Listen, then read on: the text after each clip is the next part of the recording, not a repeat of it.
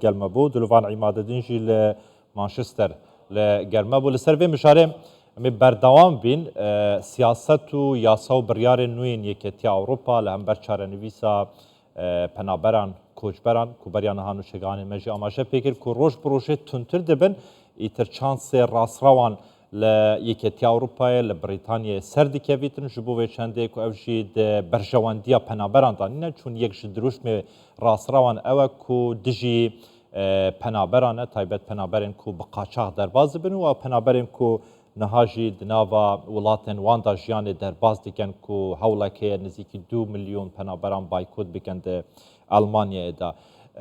Digel berêz qeşe Bernard Frick qeşê penaberan li Kilîseya Protestant li Berlîn û Brandenburg ji Berlînê dikin. Cenabê qeşet û bixêratî ji bo Kurdistan 24 destpêkê ji Almanyayê dest pê bikin. Yani belavbûn û aşkabûna ew navaroka kombûna part û partên rastraw li Almanyayê te çi zanyarî hene? Yani rewşa wan çawa ye? Ev plana rastrawan li Almanyayê dê sergirîtin? Eger ser bigirîtin rewş diber bi ku da çîtin?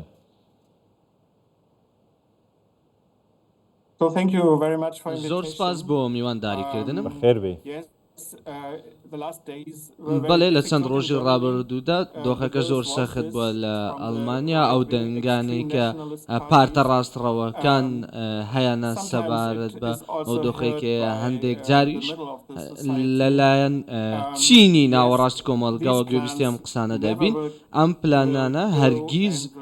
کاریان پێ ناکرێت و هەرگیز سەرکەوتوو نابن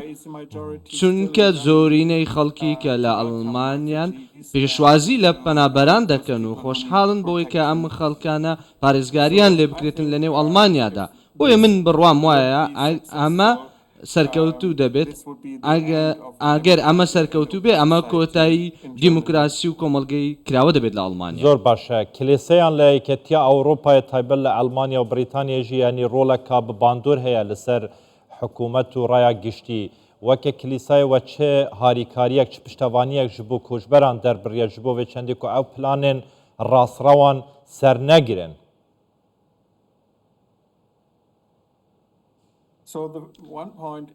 بەڵێ یەکێک لە خاڵەکان ئەوەیە ئەو کاریگەریەی کە هەیە بەو شێوەیە نییە وەک ئەوەی کە تۆ ڕەنگە پێت وابێت بەڵام ئێمە هەوڵمانداوە هەموو ئەو کەسانەی کە شەڕ دەکەن لە پێناو کۆمەڵگایەکی کراوە بۆ ئەوەی بەڕاستی بە شێوەیەکی دیاری کرا و پراکتیکانە بتوانین کار لەسەر ئەم دۆخەی کە دروست بۆ بکەین و پەناگەیەک دابی بکەین بە ئەو خەڵکەی دێنە وڵاتەکەمانەوە و کاری زیاتریش بکەین.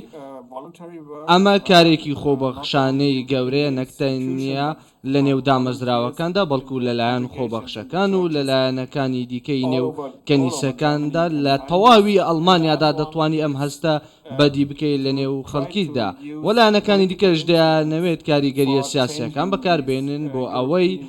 ئەم شێوازەی سیاسەتی ئەوروپا سەبارەت بە پەنابەران بگۆڕنەوە بە شێوەیەکی دروست و ڕاستکاری لەسەر بکەن بۆ ئەوەی ئەوروپا کراوە بێت بۆ ئەو خەڵکی کە پێویستیان بە پارێزگاریە. زۆر باشە جەنابێ قەشە هین قەشەیە پەنابەرانن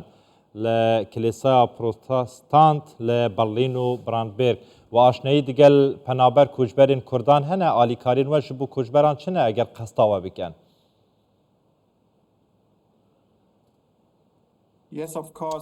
بەڵێ بێگومان من چاوم بە خەڵکی کەوتووە بە تایبەتی ئەو خەڵکانەی کە لە نێو کوردستان و لە سووریا و لە عێراق و چاوم بە هەموو کەسانە کردووە کێشەکە ئەو کێشە هەرە گەورەی کە ئەوان هەیە ئێمە نابەڵکو با بڵێن ئەو پەنابەرانی کە کێشەی هەرە گەورەیان ئەوەیە کە سنوورەکانیان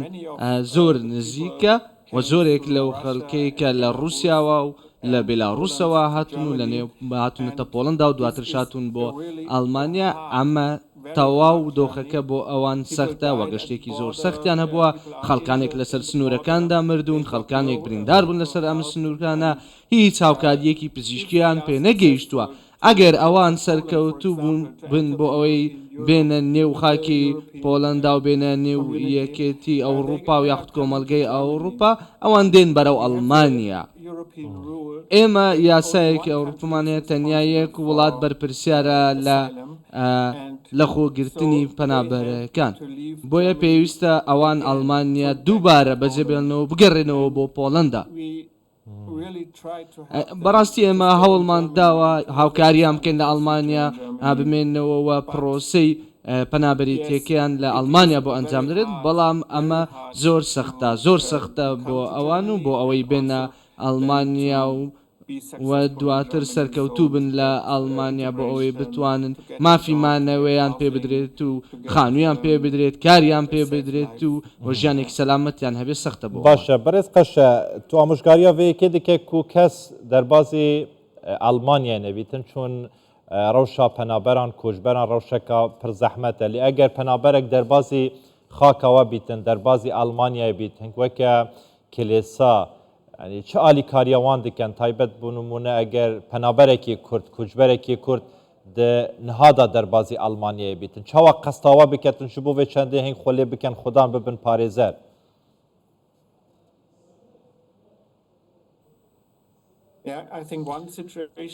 بەڵێ من بڕامە یەکێک لەو دۆخانەیە کە ئەوان هاتن بۆ ئەڵمانیا و سەرکەوتوو بن لە ڕێگەی ئەو سیستەمەی ڕاوێژکاریی ئێمە هەیە هەوڵ دەدەین خێزانەکان بەیەک بگەێنین و ئەمە شێکێکە لە ئەگەرەکان و ئەگەرەکەی دیکەش ئەوەیە کە ڕەنگە پارێزگاریان لێ بکەین و ڕێگە نەدەین جارێکتر بگەڕێندرێنەوە پۆڵەندا یاخود دیپۆرتی وڵاتێکی دیکە بکرێن وەکو لاتڤیا یاخود بولگاریە ئەگەر هەرگیز هەوڵ بدەن بوون بۆ ئەڵمانیا ئەمە جۆرێکە لە هاوکاریە تایبەتەکان کە ئێمە وەکو کەنیسەکان هەمانە بەڵام ئەمە تەنیا بۆ ئەو کەیسانەیە کە زۆر سەختن کەیسی قورسن ئەگەر ئەوان خێزان بن ئەگەر ئەوان خێزانێک بن کە با بڵێن شایانی هاوکاری بن یاخود ئافرەتی دووگیان بن ئێمە بەڕاستی هەوڵمانداوە بۆی هاوکاریان بکەین بەڵام لە هەموو کەیسەکاندا سەرکەوتو نەبووینە. زۆر باشە بەڕێز قەشە یەکژە دروشمێن پارتێن ڕاستراو لە یەکێتیە ئەوروپایە یعنی دژی کۆچبەریەیە ئەو دژی مانە پەنابەرانە دژی وەیەکێنێک و پەنابەر بە قاچاق دەربازی وڵاتێن وان ببن ئەگەر تێبینی بکەیت وان ساڵێن داویەدا دەهەڵبژارتنێن وان ساڵێن داویەدا هێدی کێرفێ وەرگرتنە جلەوەی دەسەڵاتی ژعالیە ڕاستڕەوان زۆرتر دەبەدنەوە وڵاتێن یەکێتیە ئەوروپایەدا ئەگەر بە تەمامی جلەوێ دەسەڵات یەکێتی ئەوروپای بکەویتە دەستێ ڕاستڕەواندا چارەنەویسێ کوژبەر و پەنابەران چاوە دەبینە لە یەکێتی ئەوروپای تایبەت لە بریتانیاژی کوونها سەرۆکوەزیرن بریتانیە دەبێژە ئیتر ئەس لەسەر وێ گرەوێ دەرباز بن یان سەرکەبم و پەنابەران ئەو کەسن بە قاچاقتینە بریتانیا دەربازی ڕەواندا بکەم. بەڵێ یەکەم وەڵامی من ئەوەیە کە هیچ کەسێک بە شێوەی نایاسایی ناتوە ئەوانە هەموو خەڵکی خوددان و هەمویان شانازی خۆیان هەیە بۆیە پێویستە ئەگەر هەبنەوە ڕێگە بدرێت بۆی ئەو هۆکارانە بسەلمێنرێن بۆچی خەڵکی وڵاتی خۆیان بەجێ دێڵنەوە من بڕوام وایە هیچ کەسێک وڵاتی خۆی بەجێ نایڵێت بەبێ هیچ هۆکارێک بۆیە پێویستە ئێمە ئەمە ڕوون بکەینەوە ئەمە یەکلای بکەینەوە ئەمە ئەوروپا تەنها خاکی ئەوروپیەکان نییە ئەمە یاسایەکی یەکگرتووە خەڵکی مافی ئەوەی هەیە بە دوای پارێزگاریدا بگەڕێت ئەمە یەکەمین شتە بێگومان ئێمە زۆرێک لە پارتە ڕاستڕاوەکانمان هەن لە ئەوروپا نەکتەنیا لە ئەڵمانیا ئەوان لە دەسەڵات نین و ناشگەنە دەسەڵات بە تایبەتی لەم هەڵبژارنێ ئەم ساڵدا ڕەنگە بەهێزتر بن وەکەوەی لە ساڵی پاروا بوون بەڵام زۆرینەی خەڵکی ئەڵمانیا یاخود ڕەنگە زۆرێک ئەوەی بینی بیان کە خەڵکێکی زۆر دژی پارتە ڕاستڕەوەکانە تەنیا یەکێک لە پارتەکان ئەوەیە کە پێدەچێت بەهێزتر ببێت زۆر باشە بەڵام ئەوان ئەمساڵ نایەنە دەسەڵات لە ڕێگەی هەڵبژاردنەکانەوە نەک لە ئەڵمانیا ناتوان بێنەوە بڕۆمە لە یەکێتی ئەوروپاش سەرکەوتو نابن. برس قشه برنات فریک قشه پنابرانج کلیسیا پروتستانت لبرلین و برانبرگ شبرلین اتگلما وی گلکی سپاس